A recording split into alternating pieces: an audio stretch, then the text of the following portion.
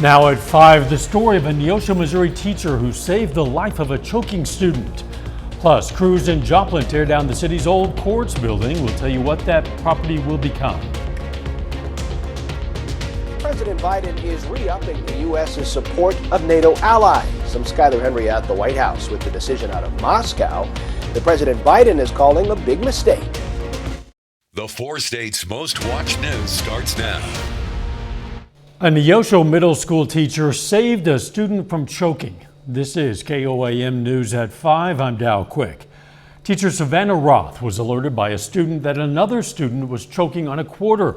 Roth performed abdominal thrusts on the choking student, dislodging the coin. Absolutely, yeah. I mean, you just never know what's going to happen. It's definitely not something that I foresaw happening. You go through your day and you just assume everything's going to be normal, and something like that happens. And if you don't know what to do, it could be a matter of minutes before somebody gets there. It could change a lot. Roth received CPR training when she was in college. The old Joplin Courts building is being torn down, with the arrival of the new courts building already in use. The new building is at 633 South Pearl. The site of the old building is going to become part of the parking lot for the new Jasper County Court Division South 29th Judicial Circuit Court. The demolition is a weeks-long process. Chanute, Kansas is celebrating its 150th anniversary. The city, which was founded in 1872 as a railroad hub, has planned a series of events and activities to mark the milestone. The planning committee, made up of community members and local leaders, has been working hard to ensure the celebrations are inclusive and engaging for residents of all ages. The festivities will kick off in July with a block party through the streets of downtown Chanute, showcasing floats, live music, and performances from local groups. And there'll be people at each of those along Heroes Way talking about the people who made Chanute what it is. We're looking at, we have postcards that show Main Street from the very beginning through this year. And then looking also at different aspects of what it's always been about: agriculture, oil and gas, and other businesses that have grown. Tonight at 6, we're going to hear more about the history of Chanute. Chief Meteorologist Doug Heddy joins us now with a first look at the weather. Well, we definitely got showers. We got thunderstorms for us during the morning hours, and pretty good amounts of rain, over ½ an inch at the airport in Joplin, puts us at 2.62 for the month, 4.25 for the year. So we're above average, which is good going into the spring months, but pretty good bands of showers and thunderstorms that we had through the morning hours. Once they cleared out, then we got the sunshine immediately, and it's been a pretty nice afternoon. It's just been super windy across the region. You can see where the heavier pockets of rain were, mainly along the I-44 corridor, of at least ½ an inch of rain, which is always good.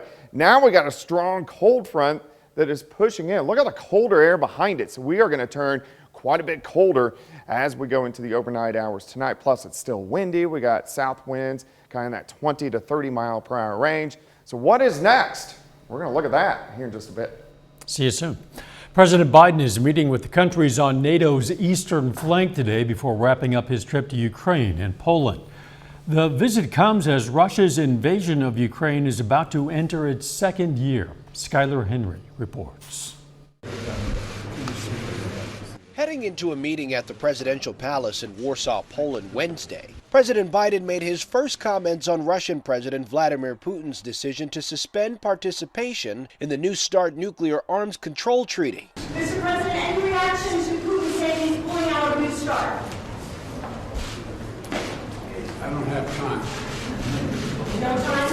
No. No time. Big mistake. The president, who had a trace of ash on his forehead for Ash Wednesday, was there to meet with the leaders of the Eastern European NATO countries known as the Bucharest Nine. As the countries on NATO's eastern flank, they are most vulnerable to a potential attack by Russia. You know better than anyone what's at stake in this conflict, not just for Ukraine, but for the freedom of democracies throughout Europe and around the world. During the meeting, the president once again reaffirmed the United States' commitment to its allies, calling it a sacred oath and vowing to defend every inch of NATO. NATO's Secretary General warned that Russia is preparing for more war, not peace. We cannot allow Russia to continue to chip away at European security. Wednesday's meeting comes at the end of President Biden's trip that began with an unannounced visit to Kyiv Monday, meant to bolster support for Ukraine as the war with Russia enters its second year. Skyler Henry, CBS News, the White House. The president is expected back in the United States tonight. Still ahead, the rising cost of those four-legged friends. Trying to hire a dog walker is getting harder and more expensive.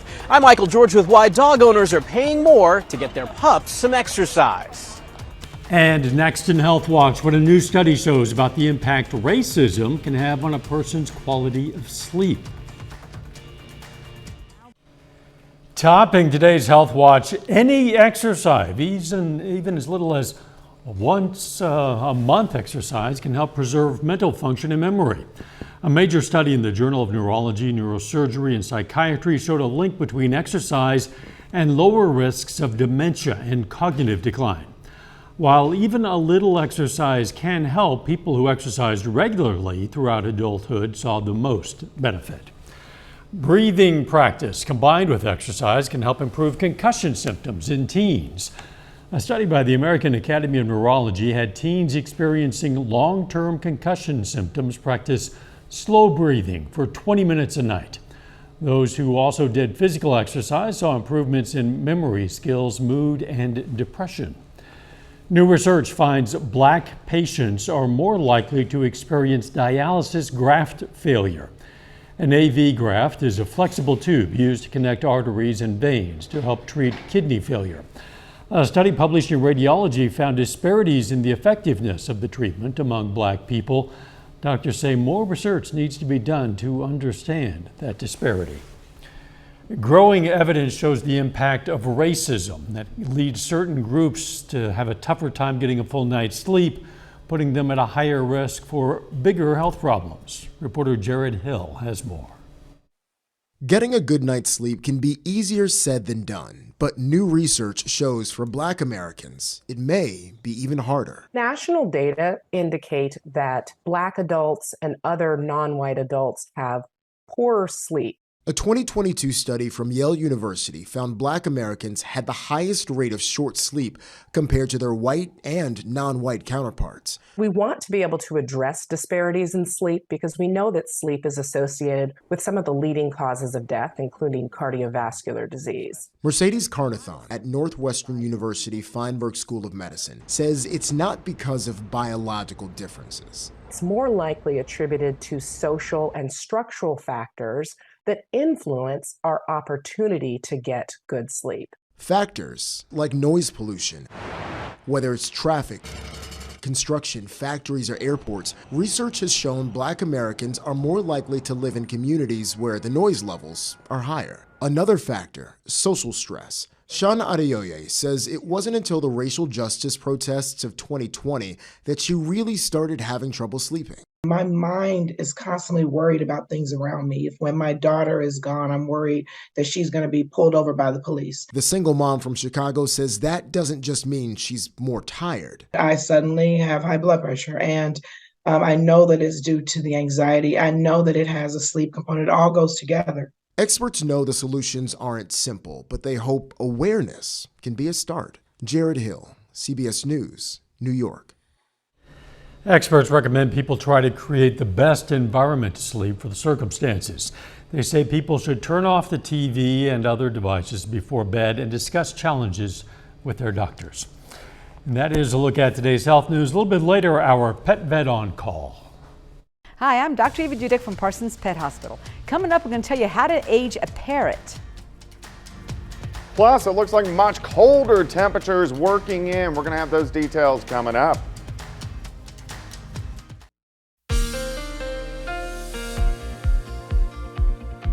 Well, of course, showers, thunderstorms for us to start the day through the morning hours. Some stronger storms, especially along and south of I-44, and some decent amounts of rain. And then very quickly, we cleared out, the winds picked up, and pretty much sunny skies. That's what we're seeing right now. Very evident on our Indigo Sky Casino and Resort tower cam. Looks pretty good.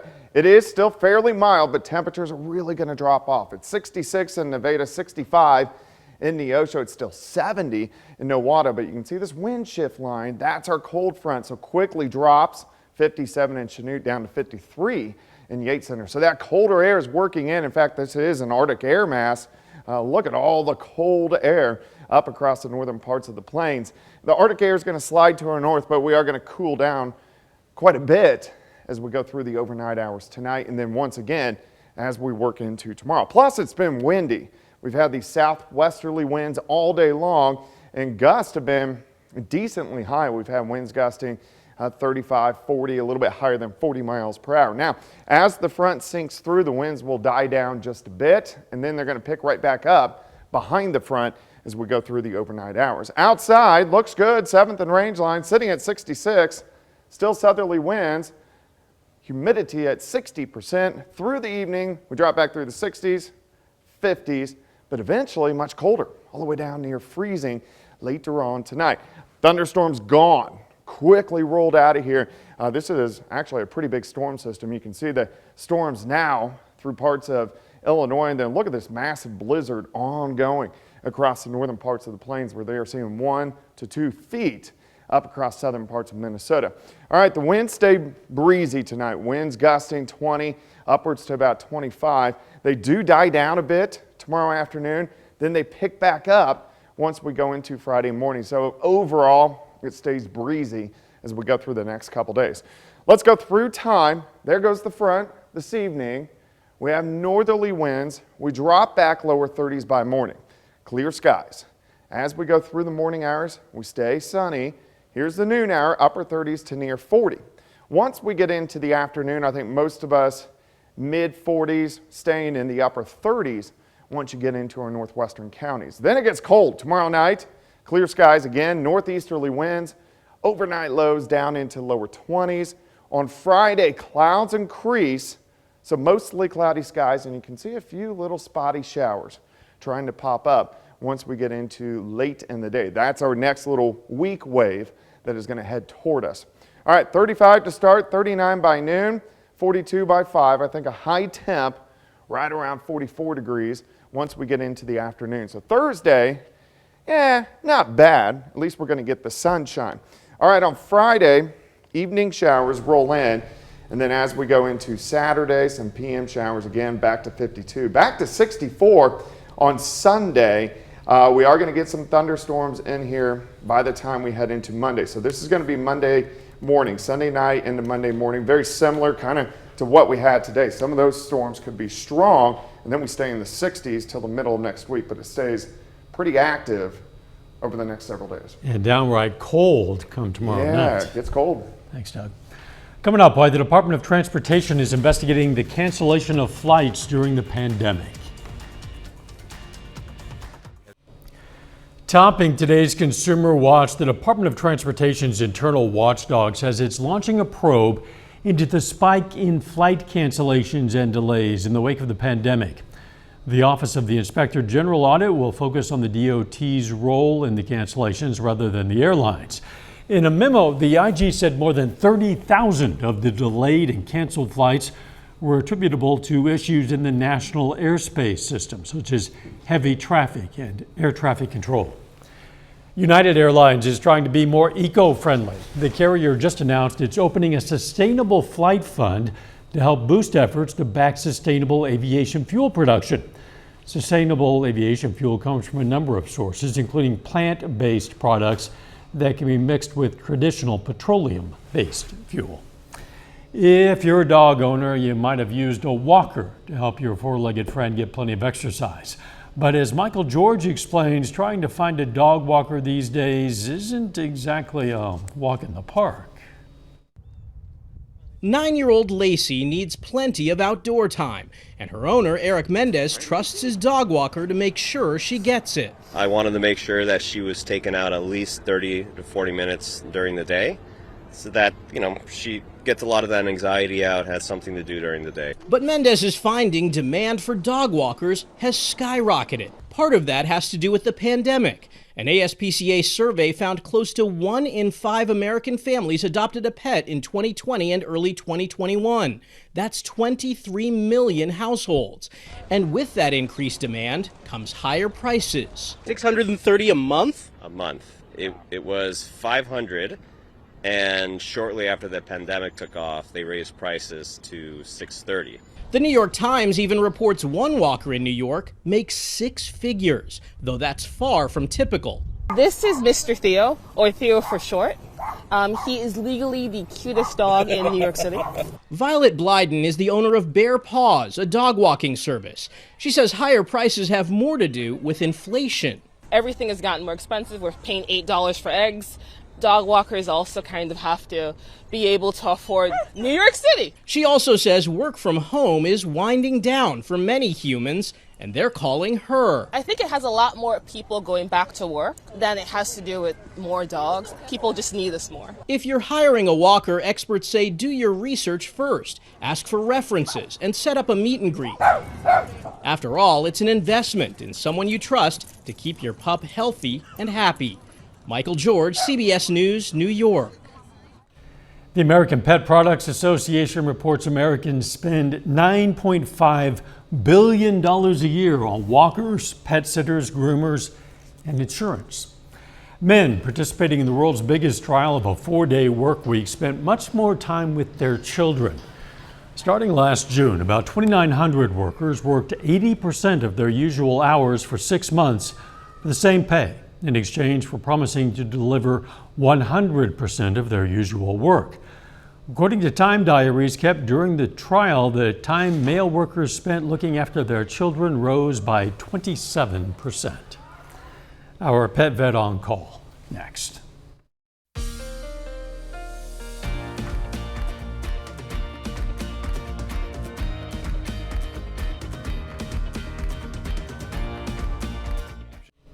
Up next on the CBS Evening News, we're going to meet an Alabama teenager who's a beauty queen and a wrestling star. Then on KOAM News at 6, we're going to learn about a new electric vehicle charging station in Pittsburgh. Plus, Pitt State and Missouri Southern both give their students a chance to learn about possible career fields. And we're going to hear more from that Neosho, Missouri teacher who saved the life of a choking student.